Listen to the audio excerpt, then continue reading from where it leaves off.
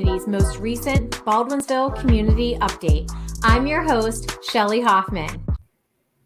Happy rainy day, Mayor. How are you? I'm good. All is well in the Yankee world. We clinched our playoff berth last night.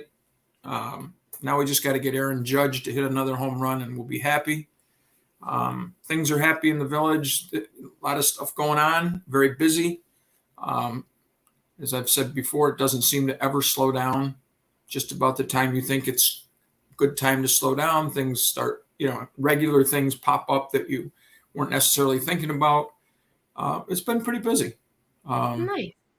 I mean, it's always, like you said, like 2 days before you might text me and say, I don't know what I'm going to have for you this week, Shell. And then by the time we get going, it's live. I want to share. So you were Yankees. Everybody knows that you love the Yankees at this point. And I actually knew that about the home run. I don't even know how I knew that, but I know that, it hasn't happened yet. And that's what the anticipation of it is. But I specifically wore, it's a sweatshirt, but it says Kennywood Open, and then it's a zipper. Can you see it? Yep. So I wore it for two reasons. So I worked at Kennywood Park. It's in Pittsburgh. And in Pittsburgh, when you say Kennywood's open, it means your zipper's down. So hence the zipper down. So when I took the kids to Kennywood this summer, I bought this sweatshirt, and my son said, Mom, no one in New York is going to get that joke. And I said, well, I wouldn't buy it if I lived in Pittsburgh still. But I'm wearing it because there was a shooting. This is a family friendly. I worked at this park. My brother worked at this park. My friend's kids work at this amusement park. It's an amazing family friendly park. And there was a shooting there the other night. So it makes you sad when you think of, like things that you just love from your childhood, you share with your kids, and when tragedy happens there.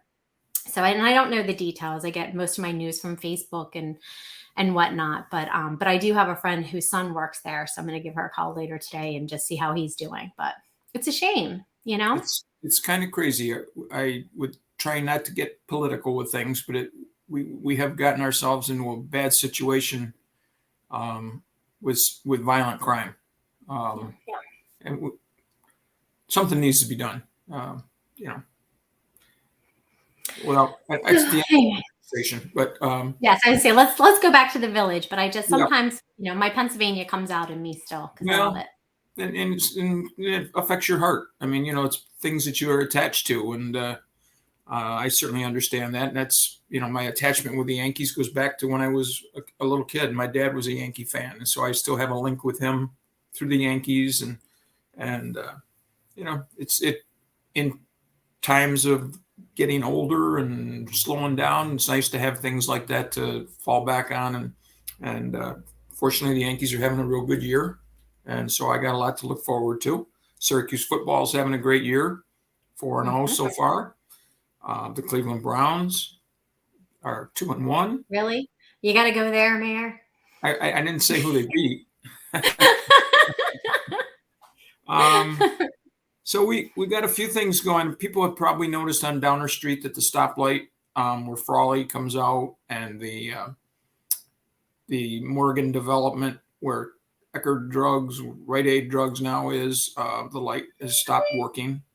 And so we had a meeting. I was not involved. It was, it's not, I don't have to be involved in every meeting that goes on. And, but our code officer and DPW and our police and so on talking about what we're going to do about the stoplight. It's not our stoplight. It belongs to the company that owns Rite Aid, or whoever owns the property that Rite Aid sits on. It was put in years ago. When that area was developed, it was part of the planning board process. They wouldn't build there if they couldn't put a stoplight type of thing, because they wanted people to stop and say, oh, look, a drugstore. I think I'll turn in while I'm, I got to stop anyways. I'll do a right turn into the parking lot. And people have come for years just to accept that there's a traffic light there. It's not always easy when you come down Downer Street and you stop and there's no cars going the other way and you have to stop anyways. But it has been on the fritz on and off a couple times now. So we're basically going to tell them either you got to get it fixed or have it removed. People are confused driving down the street. They're not sure who has the right of way. We do have stop signs on the side streets coming into Downer Street. So those people should know to stop. But people have been so used to it that Oh all of a yeah. sudden it's different. And then everybody, "Well, why don't you put it at Meg's Road? That's where all the traffic is," and blah, blah, blah, blah, blah. Well, we're trying to get this one taken care of. Well, everything in order. And hopefully they'll either get it fixed, even if it's just a yellow blinking on Downer and a red blinking on the side type thing. And so people can be comforted in knowing that something's being done. Well, and Chief Leffenchuck and I talked about it last week, I think, when him and I spoke. And, and again, he said it's not necessarily a light that's needed there because of the traffic, but the stop signs are working. And I just thought it slows people down on Downer Street. Having a light somewhere like that, Yep. It does slow you down a little bit. So for that standpoint, I like having it. Doesn't have to be there. I agree, that maybe one of the other roads would be better, but your point of the blinking yellow, just something to like say, hey, caution, because Yep. Downer's a pretty busy street. There's a lot Yeah. of businesses down at the other end of it. So, Yep. And so that hopefully will get taken care of fairly soon. We also had at our last meeting, had a resolution to lower the speed on River Street.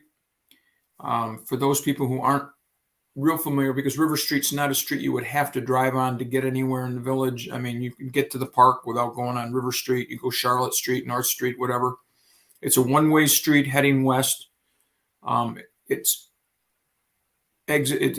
If you're going to the Cottage Restaurant from Genesee Street, you would take River Street, and then it bends right and goes along the river.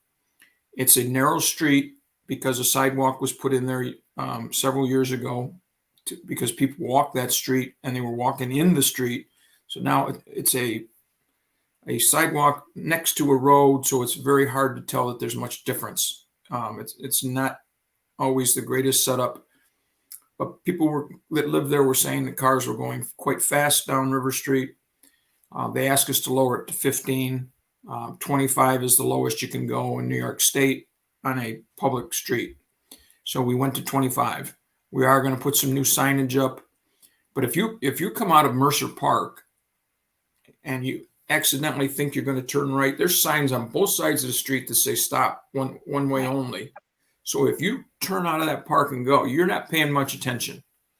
And so hopefully just more of a presence of people knowing that there's an issue there, and the police occasionally pulling somebody over and issuing a ticket. And it's amazing. You don't even have to be there, but word always gets around. Oh, somebody got a ticket for doing that. I better not go that way anymore. I don't know how big the problem is, but one of the problems is it's a very narrow street.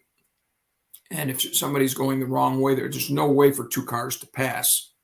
no. I don't. It feels like an alley is what it has always felt like to me, more of an alleyway. That may be our next step. We may have to do some kind of declaration that it's not a public street anymore, that it is just like a private alley type thing, getting for people to get to their homes and that type of stuff. I don't know how easy something like that is. It's easy to say, let's just do that. But a lot of times the state will say to you, no, you just can't. You can't just do that. So are you sure, Mayor? I think we can. I think that we can just declare it an alley and call it a day. There you go. We're going to call it Shelley's Alley. Jeez. I have to follow up. I think the last time we talked about anybody had a Christmas tree, please let us know. Yeah. And I was informed by Chuck McAuliffe, the head of our DPW, that we already have a tree lined up. Wow. Somebody on Brown Street has offered up a tree, so we're all set. We will be ready. The tree lighting is November 26th with a parade, the fire department parade beforehand, and then the tree lighting. Great way to kick off the Christmas season. Always very exciting. It's so good to see families, so many people out. It's Thanksgiving weekend, so some people are back in the community that haven't lived here in a while. They come back to visit their parents. They come back to visit their kids. Spend Thanksgiving weekend in the old hometown and come down, watch the tree lighting. And yes, you get the Memorial Day parade and the Christmas tree lighting. I mean, different levels of intensity, but kind of seasonal highlights for us. And let me see here. Just another holiday thing. Halloween is October 31st, and that's when we observe trick-or-treating from 6 to 8. If you are going to have candy, have your porch light on or front light on type of thing. If you're not going to be distributing, just have your lights off. And that should tell people who have never done this before, if you see a house with its porch light on, knock on the door. If there's no lights on, go on by, because obviously they're either not home or, some get people that don't feel well. It's, running back and forth to the door all night. It's not exactly a great way to feel better. And sometimes too, people have hand out candy together. So there might be 4 houses at one house handing out candy. So the lights are off at the other houses too. We used to do that. It's something that we look forward to. We started something with COVID where we put a big piece of plywood at the end of our stairs going down to the sidewalk with a hole in it. And we bought a big PVC pipe that extends back through our screen door into the house. And we have a curtain up so nobody can see us. And then the kids come and yell up the pipe. And on the pipe, the first year we had it was Mickey Mouse. We had Mickey Mouse, and then I think last year we might have had the Minions.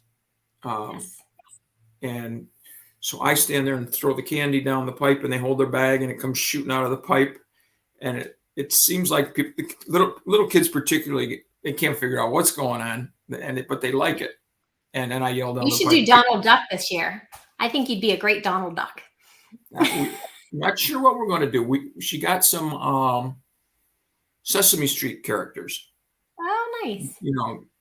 Cookie Monster and Elmo and that type of stuff. So we'll have something, and we did it in COVID, so we didn't have to hand stuff to people. And that PVC pipe is like, I don't know, maybe 6 to 8 feet long. So in the beginning, that served a great purpose, and now it's become, I think kids come here looking forward to it. So yeah, it's different. So Halloween is the 31st from 6 to 8, and we ask people to be very careful. I mean, you get a day like it's right now, right now where it's been raining, the streets, it's hard to see people. Slow down, particularly Halloween night. The speaking of trick or treating, the chamber trick or treating where the businesses hand out candy, that's going to be October 22nd, and the window painting is that day too. So I don't have all the details for it, but I'm sure the school's going to be the town of Lysander puts on the window painting, so they would have the window painting sign up, because that's always fun, right? To see the windows get painted. And then they're going to do the business trick-or-treating that day. So if you're watching this, you have a business, sign up to hand out, the treats for the kids. And then, and if you're a parent watching it, then keep in mind, it's just a very festive day, kind of like the tree lighting day for Christmas. Yeah. The business day for Halloween is very festive in the village as well, with the window painting and the businesses being outside handing out candy. It's just another fun day in the village. Yeah. I don't know how long they've been doing it, but I can remember when I was in school, I think I remember they were doing it already back then. I mean, and it was really every business got painted. I mean, there were so many kids that wanted to do it. Things have slowed down a little bit. Sports have picked up, so that that morning there's Pop Warner football. So kids who would be painting are doing something else, or they're playing soccer. There's other distractions, but it's still very cool to ride through the village and see all the windows and the big pumpkins, the witches and whatever else painted on the windows. And I think the kids get a real kick out of it. It's good for the businesses. People, I didn't know this was here. I got assigned to this business. I didn't realize this was even here. I drive through every day, and, that happens if you're not downtown. Mm-hmm. Let me think. Well, I got things going here. Oh, our band director, Casey, got selected to be in the Macy's Day Parade with a bunch of other band directors. I'm not quite sure how that works, but I'll be looking forward to watching the parade and seeing our Baldwinsville guy represented. Does a great job making our band something special. And this is a little chance for him to have some spotlight. And so for people who aren't familiar, Macy's has a big parade, Christmas parade on Thanksgiving. I mean, it's a Thanksgiving parade, but the big part of it is Santa Claus. That's the first time people in New York City see Santa coming down. Yeah. And so to me, it's a Christmas parade. We have a new backup judge in the village. Tim McMahon stepped down. He had another position lined up, and Teresa Hugel, who's right down from your building there on the newer building you own on Oswego Street, that kind of reddish brick type building. It's been a law office for a long time. I think Doc McNaught used to have an office in there 2 years ago. But Teresa's very involved at the senior center. She's on the involved with the board of directors. Does some legal things for the center. Great to work with. She's just a terrific individual, and I excited that the village now has her on our list of good people. Nice. Yeah. It appears that the Taste of Baldwinsville was a big success. They had great weather. Yes. Nice turnout. It's a great chance for the businesses to show off. Great chance for people to invite people from other communities to come to our community and come out and go, and you'll really enjoy this. You get to taste all the samples of all the food, and there's music, and it's just another great thing that our business people do. I have to give a shout out to Matt Hunt. I know he's very heavily involved. We had a problem with our car and home insurance because the Allstate office left the village. Suddenly we didn't have a representative here in the village. And so we looked around and gave Matt Hunt a chance, and he came through. We're very pleased with it's always nice if people give the local businesses a chance. We wanted an insurance person who lived in Baldwinsville, who was going to be around the village. You have a question, you can just stop in the office type thing. And we have several other good insurance. I mean, it was very competitive when we sought new insurance. And as like restaurants, we have good insurance companies here in the village. So always nice to find those things out. Let me see. Canton Woods. They've had a couple great fundraisers. Their golf tournament went great for the first time. I mean, they made a couple $1,000s. They just had their walk for the woods, which is always a nice event. Again, the weather was beautiful. And I don't think people realize that the center is funded by money that comes from the two towns each year in the agreement. And it's basically not enough to cover everything that they have in the way of programs and salaries and stuff. So they have to have fundraisers to offset. And this year the car show got rained out after about an hour, so they didn't make all the money they normally would make there. But the golf tournament being new, so that they'll have a nice chunk to help pay bills, and that's always good. Nice to know that our senior center is getting support. Ruth sent me a list of things, just a very short list. Flu shot clinic at Canton Woods, Friday, October 14th from 9 to 12. Make sure you bring your insurance information and your COVID shot record. It's an indoor clinic. They have the newest COVID booster, pneumonia vaccine, shingles vaccine, all available. So if you have any questions, call the center at 638-4536. They'll tell you what you need to know. It's kind of, you walk in, you fill out a form, go up and get your shot or shots, depending on what your situation is. Defensive driving course, very good for people who have had an accident or a ticket and their insurance went up a little bit and you want to get some sort of a reduction. You could take the AAA defensive driving course. We just did it on as a regular thing to help give us a break on our insurance. We did it at home because you can sit and watch it on your laptop and answer a few questions. And this is Wednesday, October 19th from 9 to 3:30. It's it's fairly extensive. I mean, you don't just go in for 20 minutes and get out. It's $29 a person. Call the center for more information. I'm guessing, if I remember right from the time I took it at the center, there's some video, a lot of inner conversation amongst the group on how you would judge what the situation was that you just watched. It's very basic. It's more of, we're not teaching you anything you don't know. We're just reminding you of things you might have known in the past, and to remind you of safe driving type tips. And, and it's laws that you may not realize are on the book, that you don't realize you're breaking a law. And nice to know that before you get stopped by one of our police officers. So that's the 19th of October. Call the center. And they're having a Halloween party.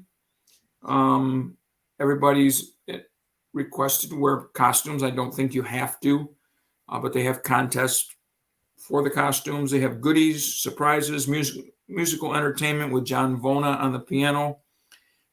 It's the same day as the peace lunch, so you can sign up for the peace lunch and then stick around for the party right afterwards. Then that's on Monday, October 31st, the actual Halloween day. Call the center again to make the lunch reservation for that day if you're going to do the whole package. It's a nice time to get out and have a few laughs, and a lot of the main characters over there dress up pretty cool. There's a few days they dress up like St. Patrick's Day. A lot of them wear their green, and so Halloween is always a fun day to throw on a costume and prance around for a couple hours and have a good time. Let's see if there's anything else. I just wanted to point out, I think I was saying to you before we went on the air, that our DPW has been extremely busy. Always is a busy department because there's always things going on in the village. But with COVID putting our schedules off, and then finally now we can start to catch up on things, with some COVID money, creating extra projects that we could get done. It's been really busy. People may have noticed Warner Ave, off of Elizabeth Street, the stretch where Tannery Creek runs through from Oneida Street to Elizabeth Street. Yeah. And we get some flooding there when it's really bad, not regularly. But we had a company come in and they cleaned out that whole, it's like a ditch, but it's a creek that runs through there. But they cleaned out all the trees along the side that had fallen and were in danger of falling and were clogging up the creek. And then the actual culvert that you drive over on Warner Ave had started to fall in disrepair. So that was replaced. So now it's set, for the rest of our lifetimes. It looks great. And I think that people, for instance, the ambulance corps, the sports bowl, when we've had the serious flooding there, they are the most affected. They have to breathe a sigh of relief because a lot of the stuff that it kind of dams up the water and then finally breaks through, and now all of a sudden you got more water than people don't realize Tannery Creek goes underground by the post office and out into the river, and there's the pipe. It's only so big, and if the river's high, a lot of times that water starts backing up. Well, now we've got more room for it to back up. That was a big project. It took a couple weeks to get it done. It's still a little bit of grading work to do, but it's kind of like 98% finished. We have a new playground at Community Park. It's just about ready for a ribbon cutting. That's one where we partnered with the Lions Club, and they provided a couple of swings that are handicap accessible. Kids can get their wheelchairs onto the swing, and then you fasten them down and they get to swing along with their friends.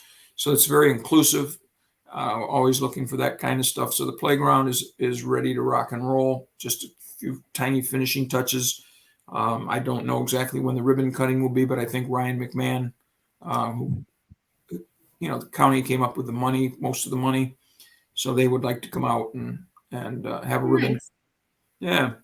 You'll probably start seeing some work on Oneida Street where the creek goes under the street because there's a water line that runs under there that is leaking.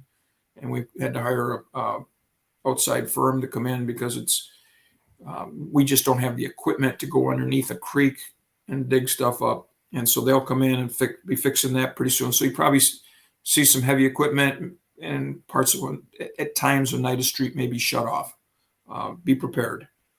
Is that East Oneida? East Oneida, right between Mechanic and Albert Palmer Lane in that area. I was wondering what that would do to the school traffic. Yeah, that's something we always have to consider. It might be the kind of thing they might do it on the weekend. I don't know.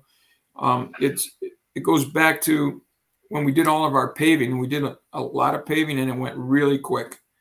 And a lot of it was in areas where there were school kids going to be picked up by buses and stuff. So people started to panic.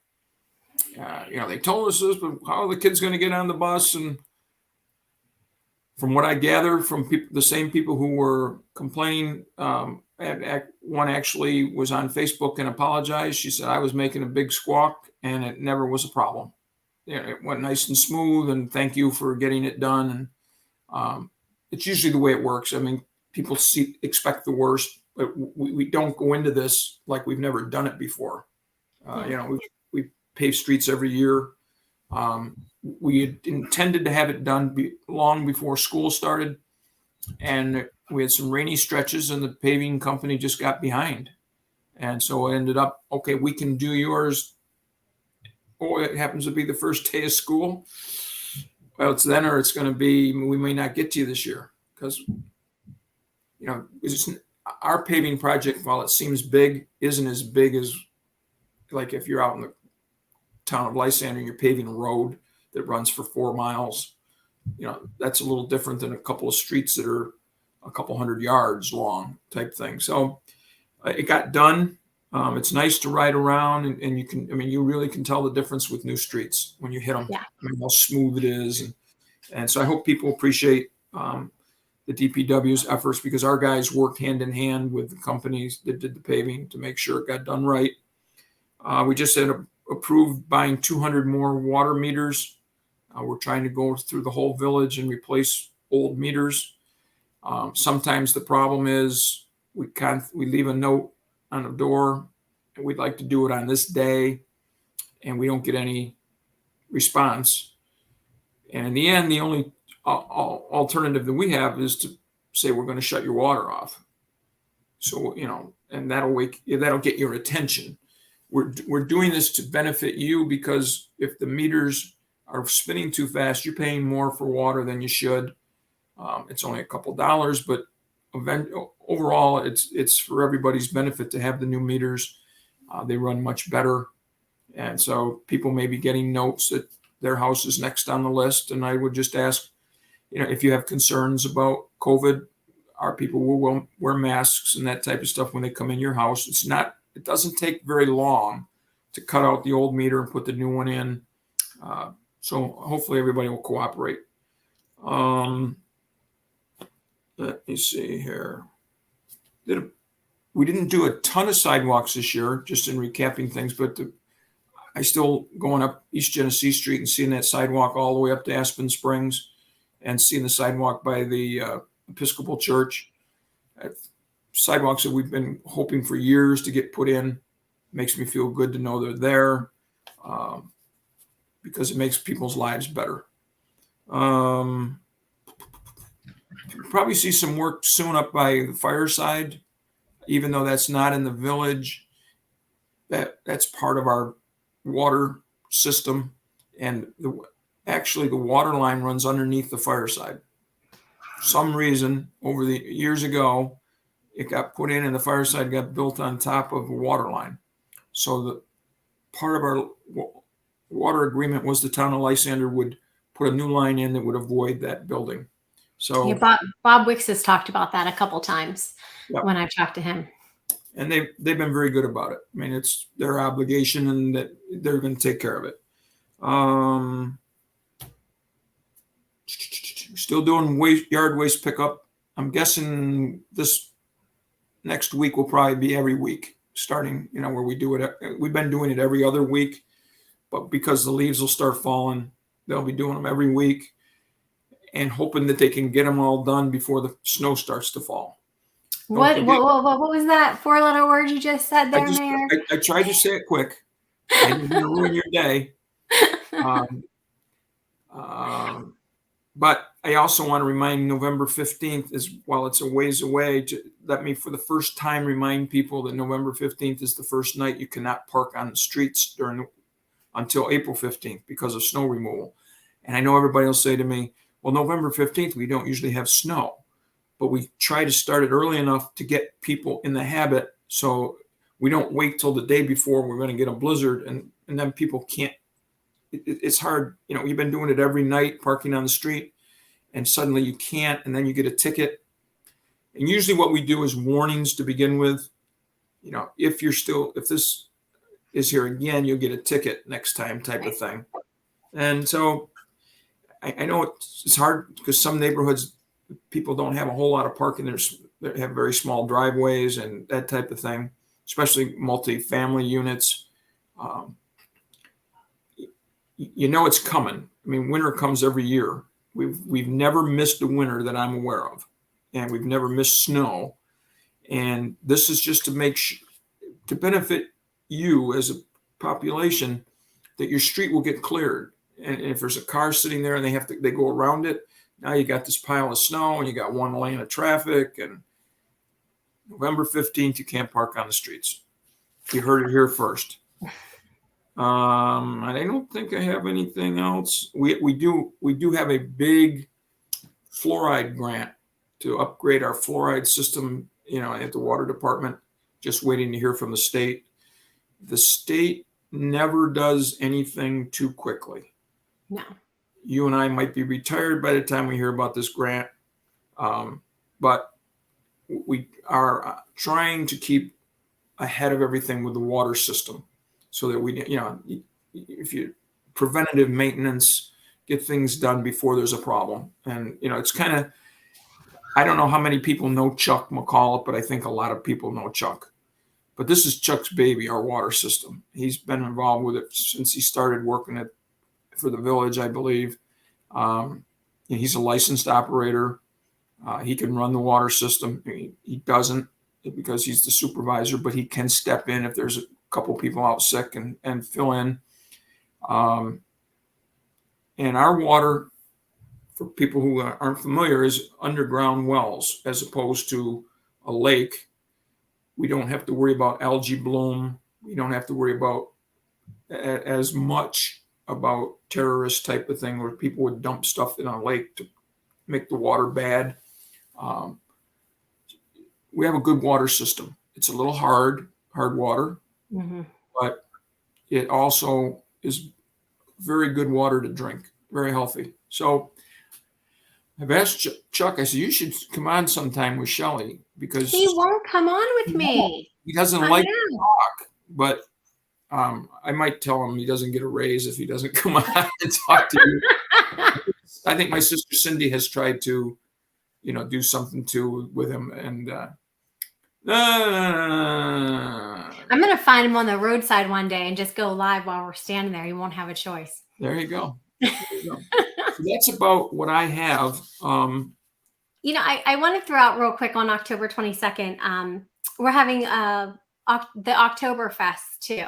It's like a pub crawl in the evening. So the 22nd, you have the kids window painting, you have the kids trick or treating, and then you take the kids home and you come back out for a pub crawl. So what a busy day that's going to be in Baldwinsville. And that goes to a nonprofit as well. And I know it, and I feel so sorry because I know Ben's very involved in it, which Ben, but it's a nonprofit to help with world languages, right. And teach kids. So, and I apologize, Ben, that I can't think of the name of your nonprofit. If you watch this and want to put it in the comments, or I'll put it in the comments later. But again, I know he's been looking for Oktoberfest to come back. He started the nonprofit. He's very active in the village. So that's happening that night as well. And a lot of our local businesses, again, they're taking part in that. So it's just I think originally he was hoping to have the original on-site Oktoberfest type of thing where you'd have tents and stuff. But it's really, the best place to do that is the island.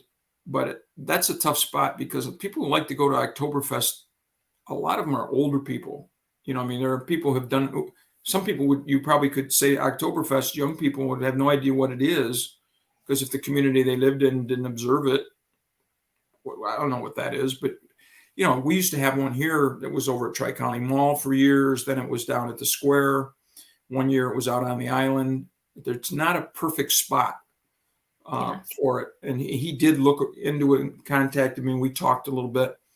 And so then he came up with this idea, which is Margarita Fest in October. Yeah. In October. So not quite the same, but the restaurants are all, going to play part of it and have a package special for Oktoberfest. And I think it'll be exciting. It's a time of year where the weather is still not too bad. I mean, it'll be cooler, but I haven't heard anything yet about the haunted. I was just going to say that's not happening this year. So that was the other thing I was going to throw out while we're talking. Yeah, just the way things kind of transpired through the course of the year and the season. They did put something out on social media that this year it was not going to happen, which last year they really had like a whole girls' evening before. I don't know if you remember,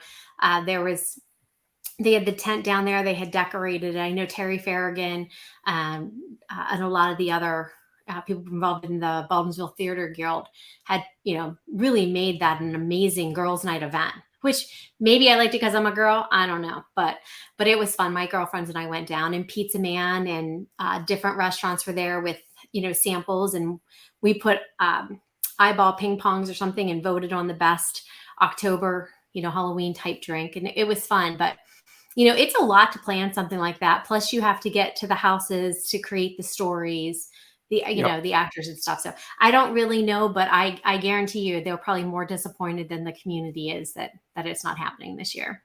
And I was just going to say what you just said, that I don't think people necessarily realize that when you do a project like that, I mean, that's not just something you do in a week. I mean, that's, I know that our Memorial Day parade people have already started planning for next year's parade. They started almost like the day after this year's parade, because it takes a lot of planning.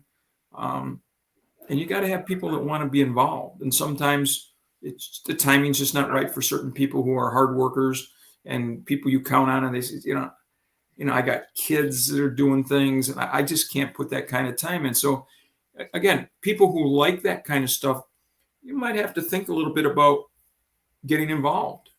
Not that would have saved it this year, because there might have been other issues, but again, with the Margarita Fest, I mean, there's a lot of work goes into that.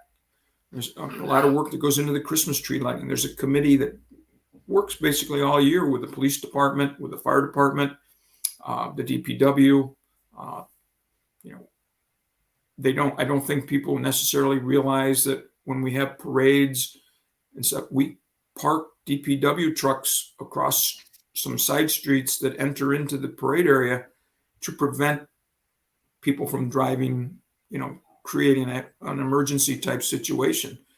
So, you have to get. And the ambulance has to make sure our ambulance corps has to make sure they have something on the other side of the bridge, because they wouldn't be able to get to that side where they serve as well.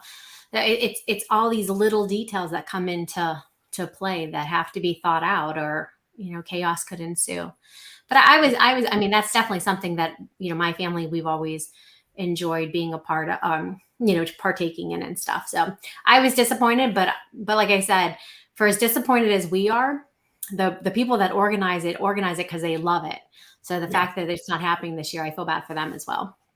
And I know my sister Cindy would be very disappointed. She's from when she was a kid, she loved all the scary stuff. She watched the scary movies, sat there like this, and panicking. And I could never watch those movies. Wow. But she loves all that scary stuff. So I'm sure she'll be brokenhearted, because she took part every year. And there's still a lot of stuff going on. Oh, yeah. Yes. The Oktoberfest kind of fills in for that a little bit.